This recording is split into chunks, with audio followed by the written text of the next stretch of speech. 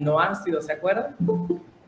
Los aminoácidos se deben de unir entre sí para formar una cadena de aminoácidos.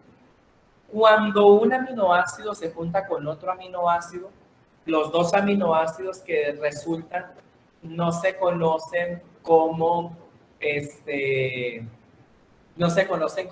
aminoácidos. A partir de ese se le empieza a llamar residuos de aminoácidos. Entonces, si dos aminoácidos están juntos, no se dice son dos aminoácidos, se dice son dos residuos de aminoácidos. Entonces, hablamos de residuos de aminoácidos. Entonces, ¿cuántos residuos de aminoácidos debe de tener una proteína o una cadena de aminoácidos para que ésta pueda ser considerada proteína?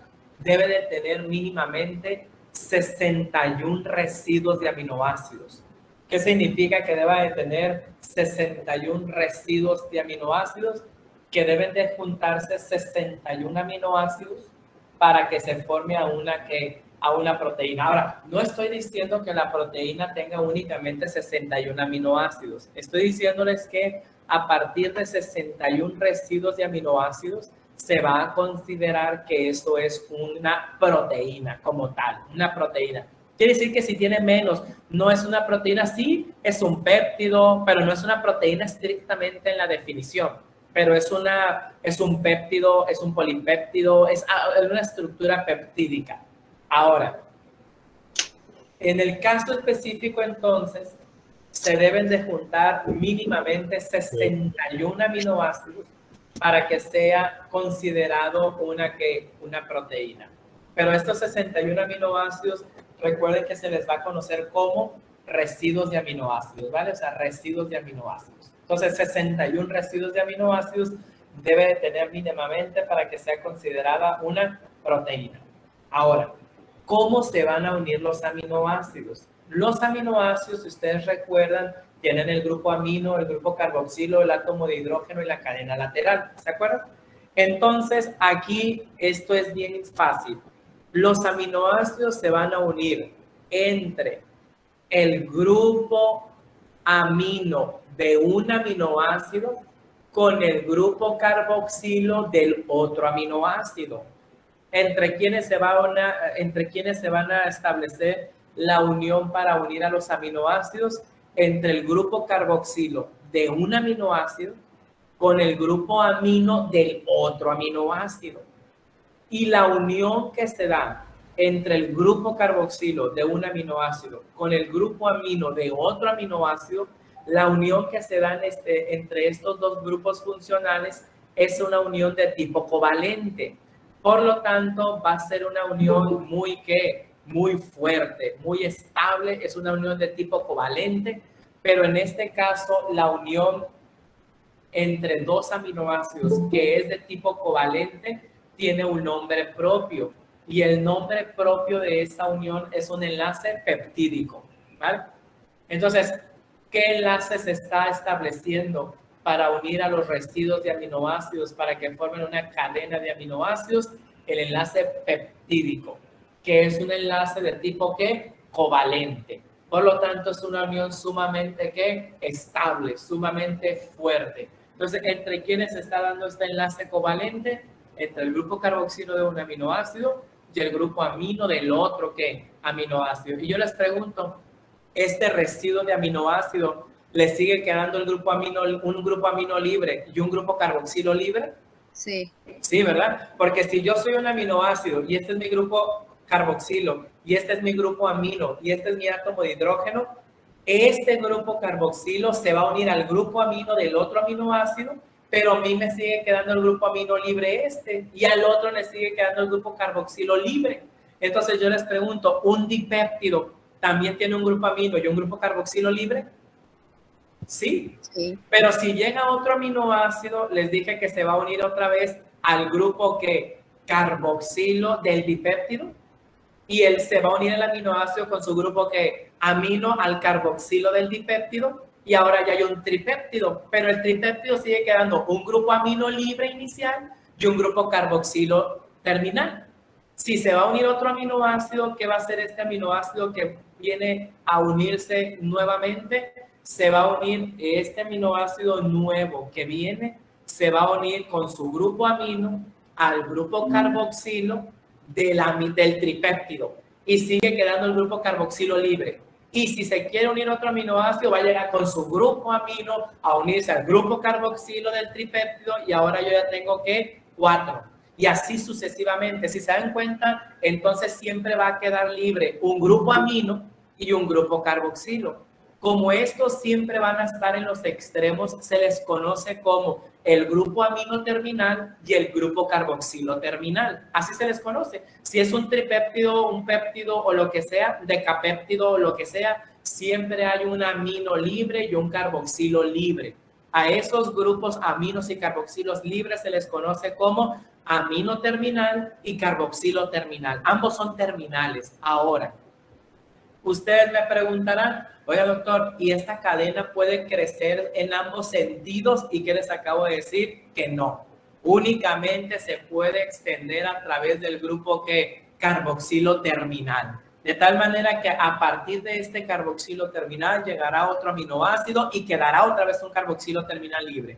Si llega un nuevo aminoácido, se unirá al carboxilo terminal libre para volverse a prolongar.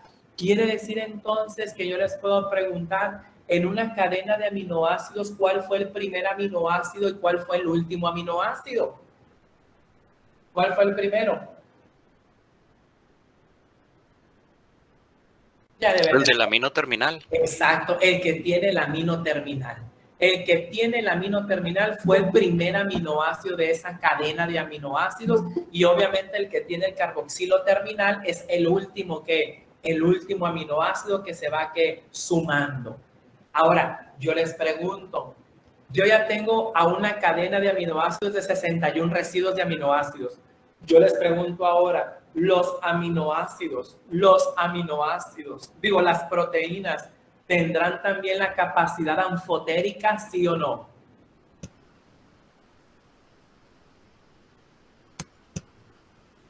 Piensen un momento, ¿una proteína tendrá capacidad anfotérica, sí o no? ¿Por qué, Alejandro?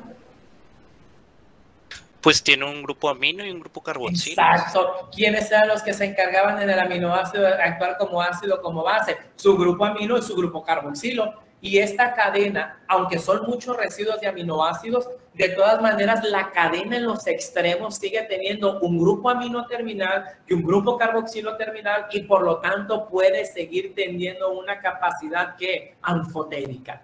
Quiere decir entonces que tanto aminoácidos como proteínas comparten una característica y es que ambas moléculas, tanto aminoácidos como proteínas, son moléculas ¿de qué tipo? Anfotéricas. Ahora yo te pregunto, ¿quiere decir entonces que las proteínas pueden funcionar para controlar el pH?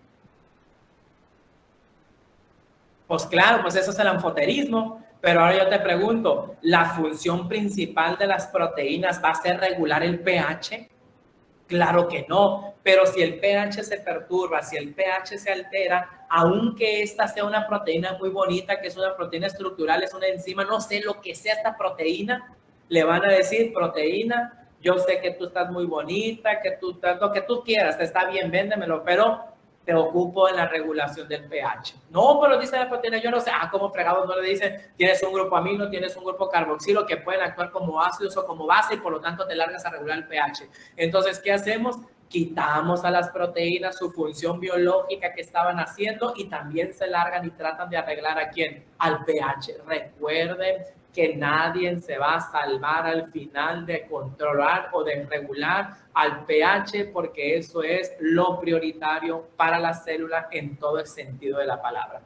Ahora, en estas uniones de enlace peptídico, que van a ser uniones fuertes, se está liberando una molécula de agua, porque el grupo carboxilo va a liberar su grupo hidroxilo, un OH del grupo carboxilo, y el amino va a liberar un hidrógeno de ahí de él para que se establezca la unión. Entonces se libera una molécula de agua. Entonces en cada enlace peptídico se está formando una molécula ¿de qué? Una molécula de agua en la unión. Quiere decir que secundario al establecer un enlace peptídico se va a generar una molécula ¿de qué? De agua. Esta agua, ¿cómo se llama? ¿Se acuerdan? Ya hemos hablado de esta agua. ¿Cómo se llama esta agua que se está formando?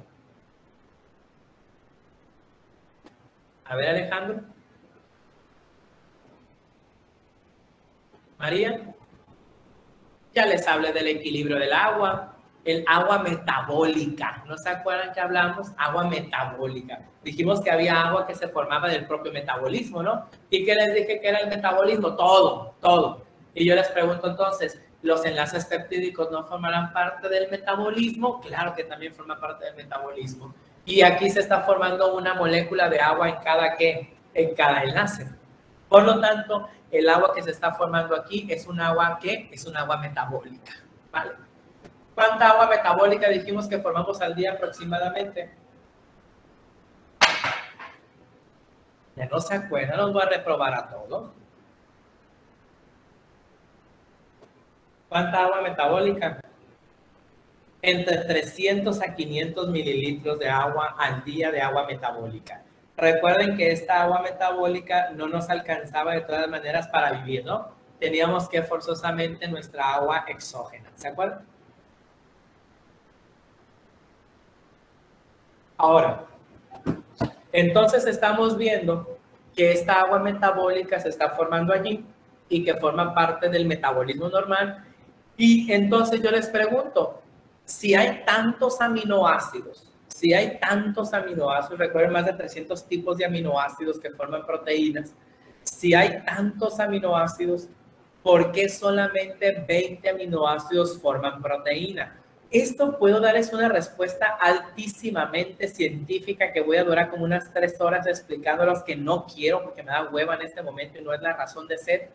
Pero seguramente ustedes han escuchado que hay unos que dicen que hay 21 aminoácidos que forman proteínas. Hay otros que dicen, no, 22 aminoácidos, que la homocisteína, y ya empiezan a sacar, no se compliquen la vida, son 20 aminoácidos y si se acabó. Y les puedo documentar científicamente por qué, pero no es el caso. El asunto es que los aminoácidos que no son estos 20, que ya mencioné que son los 20 aminoácidos que forman proteínas, y ahorita te voy a hablar de ellos, los aminoácidos que no son para proteínas, que no son estos 20, que son el resto, tienden a ciclarse sobre sí mismos. ¿Qué es que tiendan a ciclarse sobre sí mismos? Que su grupo amino se une a su grupo carboxilo y se ciclan ellos. Entonces, al ciclarse ellos, yo les pregunto, al ciclarse, ¿pueden unirse a otros aminoácidos? Pues no, porque precisamente su grupo amino o su grupo carboxilo, que eran los que se iban a utilizar para formar enlaces peptídicos de otros aminoácidos, ¿qué están haciendo estos grupos aminos y carboxilos de este mismo aminoácido? Se están ciclando sobre sí mismos. Yo les pregunto, ¿ustedes pueden agarrar a alguien más porque tienen las manos libres? Sí, ¿verdad? Ustedes pueden agarrar sus manos, agarrar la mano de alguien, pero si ustedes se agarran solos así, yo les pregunto, ¿ustedes pueden agarrar a alguien más? Ya no, porque ustedes mismos se están ciclando. Entonces, la inmensa mayoría de los aminoácidos tienden a ciclarse. De tal manera que al tender a ciclarse, no van a unir entonces con otros aminoácidos si estos se ciclan.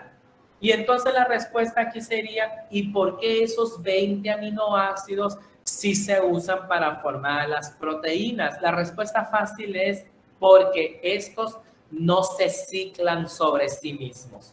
De tal manera que estos, al no ciclarse sobre sí mismos, estos pueden establecer enlaces de tipo covalentes, enlaces peptídicos con otros aminoácidos y formar una cadena de ¿qué? Una cadena de aminoácidos. ¿Me explico?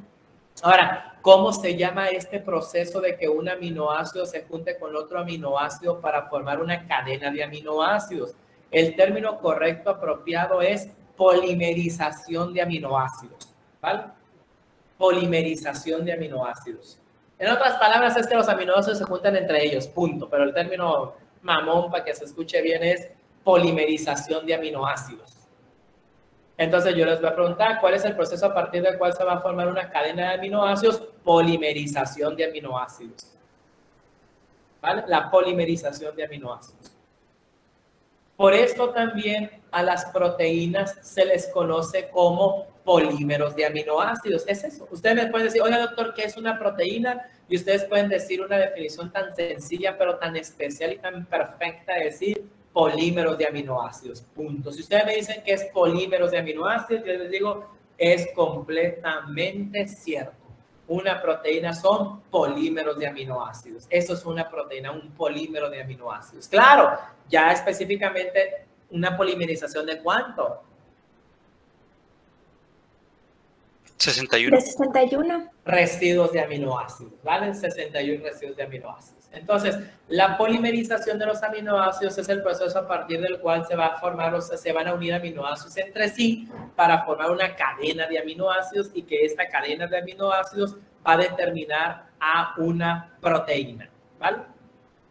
Ya lo tenemos, miren, ahí lo que estaba diciendo, miren, este grupo hidroxilo de este carboxilo se une a este hidrógeno de este amino y estos dos se unen y se forma una molécula de agua y ahí ya se dio este enlace. ¿Lo ven? Ahí está este enlace, ya este es un enlace covalente, pero ya estos son dos residuos de aminoácidos que son dipéptidos. Y miren, aquí está otro, aquí está otro, aquí está otro, aquí está otro, aquí está otro, pero sigue quedando un carboxilo terminal, sigue quedando un amino terminal. El primer aminoácido es este y el último aminoácido es el del carboxilo terminal, ¿vale? Y miren, las cadenas laterales de los aminoácidos, ¿ven qué distintas son? Porque precisamente esta es una cadena lateral, esta es otra cadena lateral, esta es otra cadena lateral, otra cadena lateral, otra cadena lateral, otra cadena lateral. Y todo lo demás se estaban compartiendo. Entonces ahora vamos a ver a los aminoácidos. Y los aminoácidos los podemos clasificar en varias formas. Hay varias maneras de clasificar a los aminoácidos. No es que los aminoácidos se clasifiquen en tres formas, no. Hay un fregatatal de clasificaciones de los 20 aminoácidos. Un fregatatal. Sin embargo, nosotros vamos a ver nada más 3 clasificaciones de los aminoácidos. ¿Qué significa? Los 20 aminoácidos se pueden clasificar en alguna de estas 3 categorías. O sea, bueno, no se puede. Se clasifican, mejor dicho, en estas 3 clases.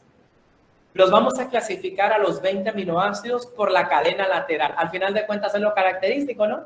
O sea, su cadena lateral. Entonces, podemos clasificarlos por la cadena lateral. Podemos clasificarlos por su obtención en la dieta. Podemos clasificarlos con base a ¿qué? A su obtención en la dieta. Ahorita vamos a ver eso. Y luego podemos clasificarlos según la polaridad de la cadena lateral. A mí me importa, la clasificación que más me importa que ustedes sepan es la polaridad de la cadena lateral y la obtención de la dieta. Entonces, vamos a clasificar a los 20 aminoácidos, número 1, con base a la polaridad de la cadena lateral.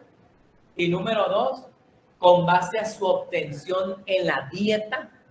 Y número 3, de acuerdo a la cadena lateral. ¿Me explico? Vamos a empezar con la obtención de la dieta. Esta clasificación crea mucha controversia porque esta clasificación de acuerdo a la obtención de la dieta es esenciales y no esenciales. Sí han escuchado, ¿verdad? Se han escuchado de aminoácidos esenciales y de aminoácidos que no esenciales. Y la gente con retraso en la cabeza, la gente con retraso cognitivo, la gente en la capacidad intelectual reducida de muchas personas porque no quieren estudiar o no quieren preguntar o porque siempre queremos hablar nada más, te dicen, los esenciales son más importantes que los no esenciales. Y hasta te dicen, ¿y qué bruto es? ¿No ves que dice hasta que estos son esenciales y estos no son esenciales? Obviamente los esenciales son los más importantes que los no esenciales. Por eso es de que se llaman esenciales y los otros se llaman no esenciales. Cuando me dicen esas cosas, lo primero que les digo es, oye, a ver tú, señorito, por favor, les digo, ¿me puedes decir con base a qué es la clasificación de aminoácidos esenciales y no esenciales? Y ya no me saben responder. No sé. Entonces, si no sabes ni con base a qué es la clasificación, ¿por qué omites un comentario de decir que los esenciales son más importantes que los no esenciales?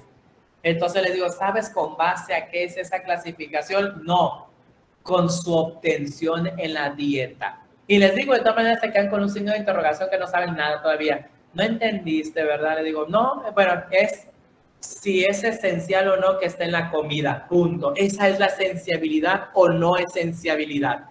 ¿Es esencial que esté en la comida? Sí. ¿No es esencial que esté en la comida? No, esa es la clasificación. Yo no sé por qué andan inventando tantas cosas. O sea, la clasificación es ¿esencial que esté en la comida? Sí.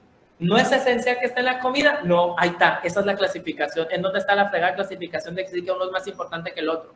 Lo que pasa es que hay unos aminoácidos que nosotros podemos formar. Y si yo puedo formar ciertos aminoácidos, yo les pregunto, ¿serán esenciales que estén en la comida? No. No. ¿Por qué no son esenciales que estén en la comida? Porque yo los puedo formar. Pero hay otros aminoácidos que yo no puedo formar. Y si yo no los puedo formar, es esencial que estén ¿dónde? En la comida. O sea, por su obtención, como yo no los puedo formar, es esencial que estén ¿dónde? En la comida. Pero ojo, déjenles digo una cosa para acabar toda inquietud de una vez. Los 20 aminoácidos son esenciales para el funcionamiento del cuerpo.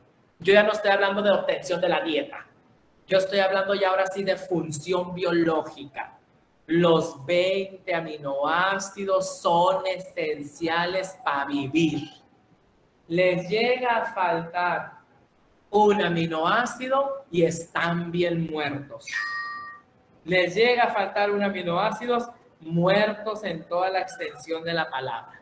Entonces, necesitan forzosamente a los 20 aminoácidos para el funcionamiento de nuestro cuerpo. Nada más que de esos 20 aminoácidos, recuerden, hay unos que podemos formar y hay otros que no podemos formar. Los que podemos formar no es esencial consumirlos porque los puedo formar. Y los que no puedo formar es esencial que estén en ¿dónde? En el alimento porque yo no los puedo formar. Pero déjate aclaro algo de una vez. Los puedas o no los puedas formar, necesitas a los 20 aminoácidos para vivir. Entonces, la clasificación de esenciabilidad de los aminoácidos es una clasificación únicamente por su método de obtención a través de ¿dónde? A través de la dieta. Esa es la única importancia de eso, ¿vale? Ahora sí, la pregunta obligatoria forzosamente sí va a ser, obviamente sí va a ser cuáles son los aminoácidos esenciales y cuáles son los aminoácidos no esenciales de la dieta. Y para esto vamos a utilizar una mnemotecnia que se llama Fer hizo un lío tremendo y Valentina le metió un triptófano. A través de esta mnemotecnia de que Fer hizo un lío tremendo y Valentina le metió un triptófano, ahí están nuestros 10 aminoácidos esenciales y los no esenciales. Ahorita la vemos, pero miren, aquí está la clasificación. Vean, ahí están los 20 aminoácidos, ahí están los 20 aminoácidos, pero aquí vamos a aclarar algo. En un adulto van a haber 10 aminoácidos esenciales y 10 aminoácidos no esenciales. O sea, en un adulto, como ustedes y como yo, vamos a tener 10 esenciales y 10 no esenciales. ¿Qué significa? Que hay 10 que yo puedo formar y hay 10 que no puedo formar. Ahí están cuáles son los que puedo formar y cuáles son los que no puedo formar. En los niños son 8 esenciales,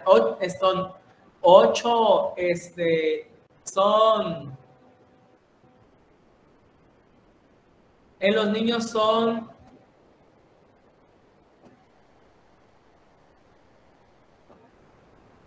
permítanme. En los niños son, 10 y 10. En los adultos no, qué bruto. Se contagia uno a veces. En los niños son 10 y 10. En los adultos son 12 y 8. O sea, 12 no esenciales y 8 esenciales.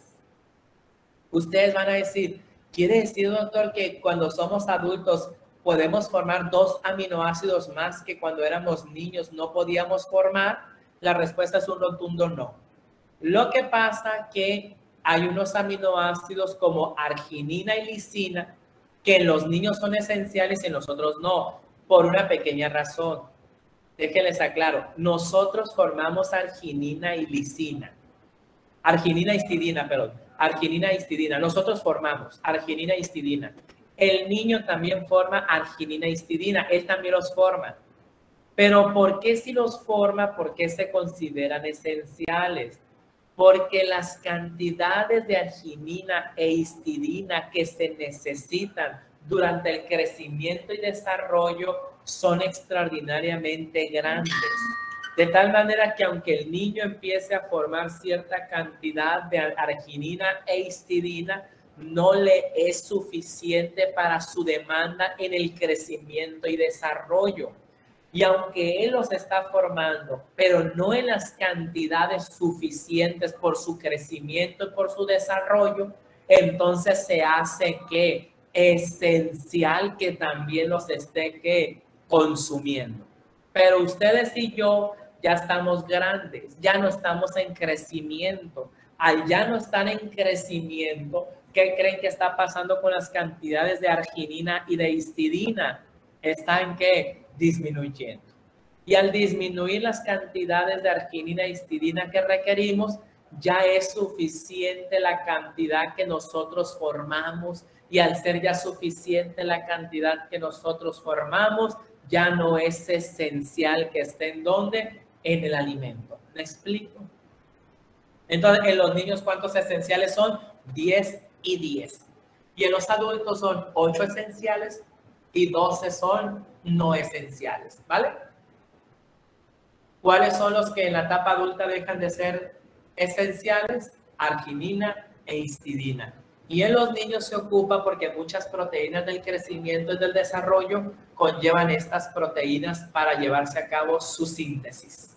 ¿Me explico? Y entonces sí, ahora nos las aprendemos, ahí están.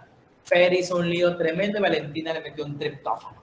De tal manera que es obligatorio que ustedes se sepan esta clasificación de esenciales y no esenciales, cuáles son, porque esto es relevante, ¿no? Ahí están ya los 10 aminoácidos. La otra clasificación, y que es la que más me interesa también que ustedes sepan, es por la polaridad de la cadena lateral. Y recuerdan cuál es la importancia de saber si un aminoácido es polar o no polar, porque de qué les digo, la clasificación de acuerdo a la polaridad de la cadena lateral de los aminoácidos es polares y no polares. ¿Alguien recuerda cuál es la importancia de decir polares y no polares? Pues es que al menos en el libro se menciona que gracias a lo que viene siendo lo polar y no polar, va a definirse si puede hacer, por ejemplo, si es hidrófobo o no. Punto. Eso es lo único importante. Si yo digo que es polar, es soluble en agua. Y si digo que es no polar, no es soluble en agua. Y yo les pregunto, ¿será importante saber si las cosas son solubles o no son solubles en agua? Pues claro que sí, que les dije que era la fregada agua, la cuna de la vida, donde todo ocurre. Entonces, claro que sí es extremadamente importante saber si el aminoácido es polar o si el aminoácido es no polar. Entonces, con base a la polaridad de la cadena lateral, vamos a decir cuáles son polares y cuáles son no polares. Y de los no polares, ahí están, miren, alanina, valina, leucina, celeucina, prolina, metionina, fenilalanina y triptófano. Y de los polares, hay 3 tipos de polares: polares básicos, polares ácidos o polares neutros. Y ahí está la clasificación, se las dejo un minutito para que vean, pero todos son polares, cargados o no, neutros, pero son polares, ¿vale? Un minuto, por favor.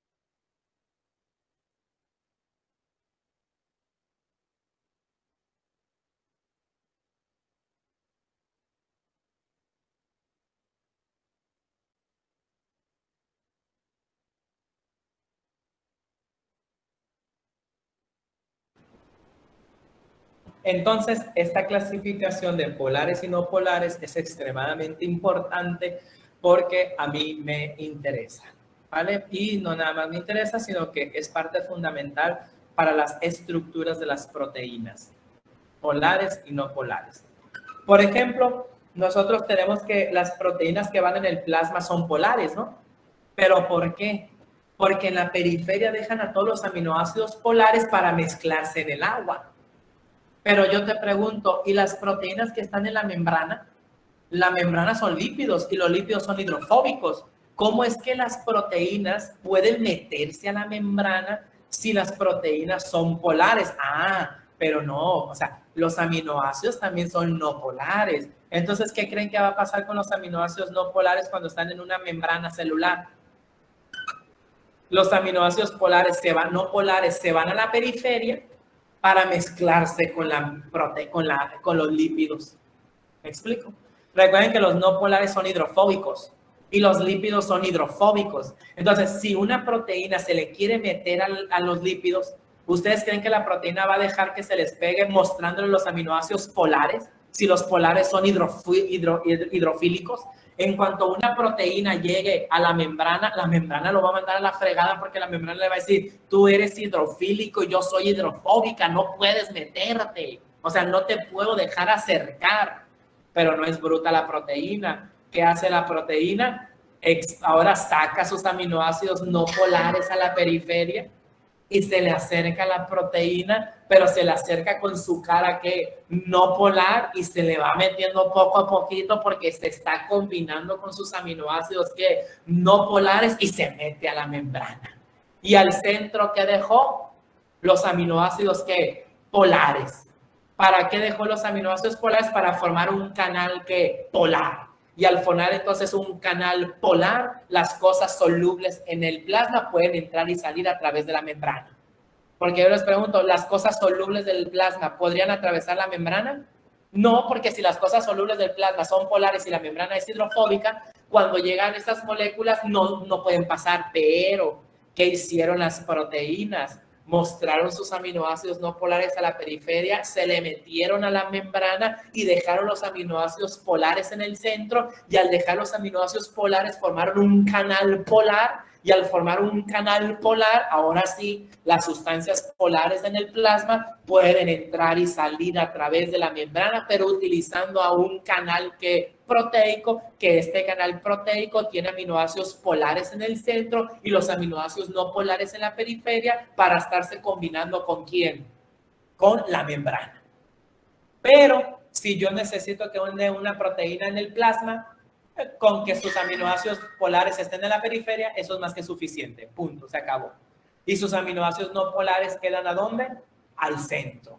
¿Ven la importancia entonces de saber cuáles son polares y cuáles son no polares? ¿Vale? Y la otra clasificación de esos aminoácidos es de acuerdo a la cadena lateral, que esta es la menos relevante e importante, la cadena lateral. ¿Por qué? Porque ahí pueden ver, por ejemplo, aminoácidos de cadena ramificada, aminoácidos aromáticos. Esta es de ley, es de cincho esta ley. Aminoácidos aromáticos. Miren, ¿cuáles son los aromáticos? Ahí están, pues tienen sus anillos. ¿Cuáles son los aromáticos? Fenilalanina, tirosina y triptófano. Ahí están aromáticos, ¿los ven? Ahí están, la cadena lateral son aromáticos. Y la otra que siempre preguntamos es obligatorio, los aminoácidos azufrados, que en su cadena lateral hay azufre. ¿Se acuerdan cuáles son los azufrados? La cisteína y la metionina. Sí, eso es muy importante. La cisteína y la metionina son los únicos aminoácidos azufrados. Y aquí está, miren, aquí está la metionina, miren, ahí está el azufre. Y la cisteína, véanlo, aquí está el azufre, ¿no? Ahí está, azufrado, azufrado. ¿Lo ven? Entonces son aminoácidos azufrados, los aromáticos, y ahí están. Y miren lo que les decía, miren, una proteína en el plasma tiene los aminoácidos polares en la periferia y los no polares en el centro, pero en una membrana los aminoácidos polares quedan al centro y los no polares en la periferia para que esta proteína se pueda estar metiendo a la membrana. ¿Ven la importancia entonces de saber si son polares o no polares? Claro que sí, es muy importante. Además que, no, ya con eso, no es que les digo cosas y me puedo tardar más. Y miren esta imagen, qué preciosa está. ¿Cómo se llaman estos diagramas? ¿Se acuerdan cómo se llaman? Diagrama de Venn. Exacto, miren, tan bonitos estos porque parece un desmadre esto, pero es tan ordenado. Por ejemplo, yo puedo decir la prolina es un alifático, pero es de los pequeños, es apolar, y ya está todas sus características de la prolina.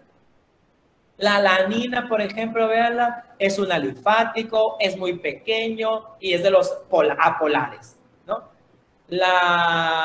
Por ejemplo, la metionina es uno grande, es un apolar, básicamente. Y así ya se puede ir viendo a todos. Entonces, los diagramas de medio. Pero miren, aquí viene ahora los aminoácidos. Estos niños se la tienen que machetear a huevo porque si no van a reprobar. Los aminoácidos, si ustedes ven, aquí están las cadenas laterales, véanlo. ¿Ven? Todo lo demás es igual, miren. Todo es igual, nomás la cadena lateral va cambiando. Y ojo, el nombre oficial de los aminoácidos son las tres letras principales del idioma inglés, no del español. Mundialmente, por consenso mundial, los aminoácidos no se llaman glicina, alanina, valina, leucina y isoleucina. Por consenso mundial, los aminoácidos se llaman GLI, ALA, VAL, LEU, ILE, por consenso mundial. De tal manera que ustedes en su examen no esperen que les vaya a aparecer alanina, no, porque no es su nombre oficial. Su nombre oficial es ALA, así les va a aparecer. La glicina, su nombre oficial no es glicina, es GLI, pero con sus siglas inglesas, GLI. Entonces tenemos GLI, ALA, VAL, LEU, ILI, esos son los nombres oficiales. Las tres primeras iniciales de su idioma inglés. Ese es el nombre oficial. En su examen les vuelvo a decir, no esperen que les aparezca glicina, alanina, valina, leucina. Lo único que les va a aparecer es GLI, ALA, VAL, LEU, ILE y así. ¿Me explico?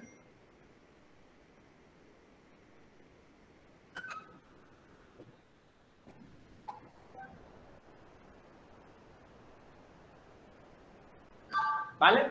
Entonces, ahí está, miren, vayan aprendiéndoselo. Ahí están los otros, miren, la serina, tronina, tirosina, cisteína, metionina. Ahí están sus nombres. El ácido aspartico, la asparagina, el ácido glutámico, la glutamina. Esos son sus nombres oficiales por consenso mundial. Histidina, véanlo todo.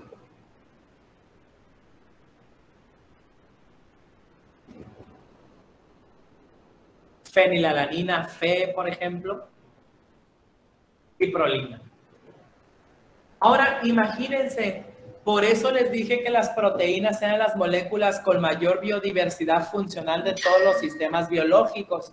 Imagínense, una proteína con 200 aminoácidos, 200 cadenas laterales, 200 grupos, 200 combinaciones de grupos de la cadena lateral.